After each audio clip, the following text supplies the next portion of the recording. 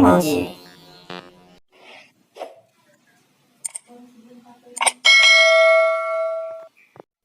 Ini adalah pertemuan pertama setelah lama tidak berjumpa dengan teman lama.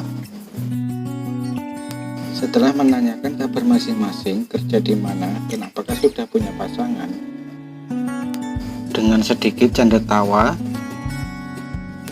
dan mengenang di masa dulu bagaimana sulitnya di perantauan, di mana kami jauh dari sanak saudara. Dan untuk pertama kalinya kami mengenal betapa sulit dan kerasnya dunia orang dewasa dan dunia luar, yang dimana kami sering menyaksikan hal seperti kekerasan, persaingan yang tidak sehat, dan penipuan sering terjadi. Bahkan tidak jarang kami sendiri yang mengalami hal itu. Lalu kami membuka obrolan seputar hal mistis. Tidak bisa dipungkiri kalau di Indonesia masih sangat lekat dengan hal-hal yang bersifat mistis. Dan saya pun membuka pertanyaan, apa kalian pernah mendengar cerita tentang Neptu Petang Puluh? Mereka menjawab, ya, kami pernah mendengarnya. Hari Neptu Petang Puluh yang jatuh tepat pada hari Rabu Pon, Kamis Wage, Jemuah Paing, 1 Kliwon, dan Selasa Kliwon. Menurut kepercayaan Jawa, merupakan salah satu hitungan tua dan hari yang sakral. Karena menurut cerita, pada hari Neptu Petang Puluh adalah saat dimana daya magis berkumpul dan sangat kuat. Dan biasanya pada hari Neptu Petang Puluh digunakan untuk tirakat, puasa untuk ngilmu, uji nyali di tempat yang wingit atau angker. Juga untuk bersemedi, dan bahkan para pelaku sihir melancarkan aksinya di hari-hari ini.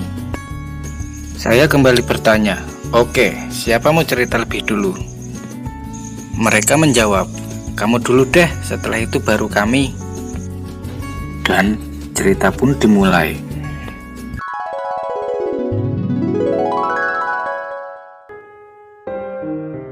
Cerita ini ada jauh sebelum kita lahir, kira-kira sekitar tahun 1950-an ke atas, tidak lama setelah penjajahan berakhir. Ternyata traumatik dan pola pikir radikal dan doktrin-doktrin lainnya masih membekas dan sangat kuat di ingatan para pejuang dan korban perang. Pola pikir mereka dibuat dan diarahkan. Misalnya begini, kalangan rakyat biasa harus tunduk dan takut pada kalangan yang memiliki status dan kedudukan di masyarakat. Lalu, apa mereka tidak melawan? Itu mustahil. Jika mereka berani melawan, mereka akan dihajar habis-habisan. Pada masa itu, eksploitasi dan diskriminasi masih sangat kental, dan bagi rakyat kecil, demokrasi berpendapat masih sangat sulit.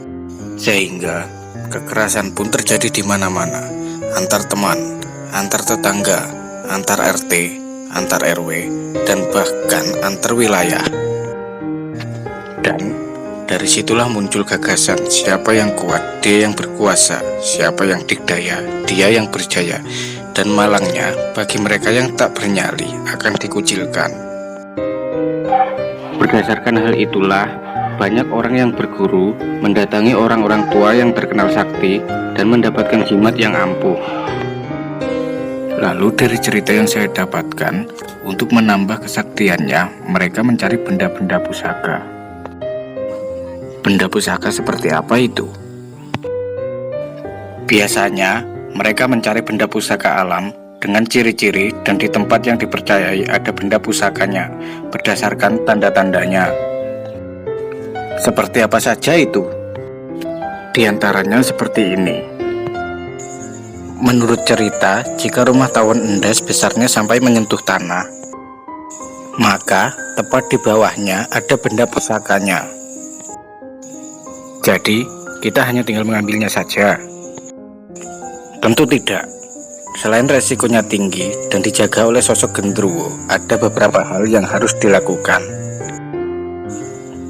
Di antaranya, menyalakan rokok yang diolesi dengan wewangian candu dan menyiram tanah yang akan digali dengan air kembang setaman sambil mengatakan, "Tirto suci kembang setaman, tak jaluk dayamu kanggo mujudake sarining bumi."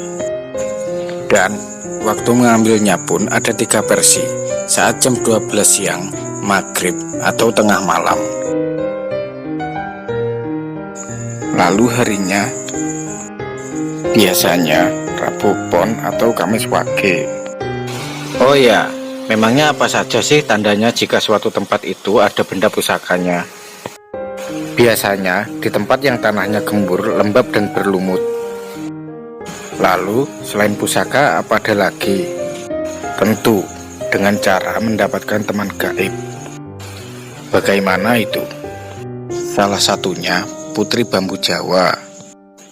Orang zaman dulu biasanya puasa 3 hari, dimulai pada hari Selasa Kliwon, dan bersemedi di tempat dengan sesajen berupa degan kelapa hijau, jenang 4 warna, kembang setaman, sehelai selendang sutra, dan membakar buhur, serta memakai wewangian minyak apel jin, daun 7, 9, atau 13. Di hari terakhir, jika pertapaannya diterima, maka akan ada salah satu batang bambu yang bersinar.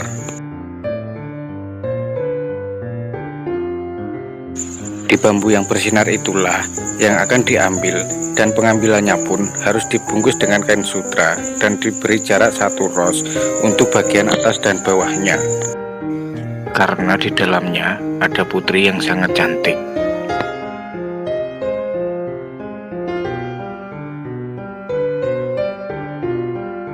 Oke, sekarang giliran kalian.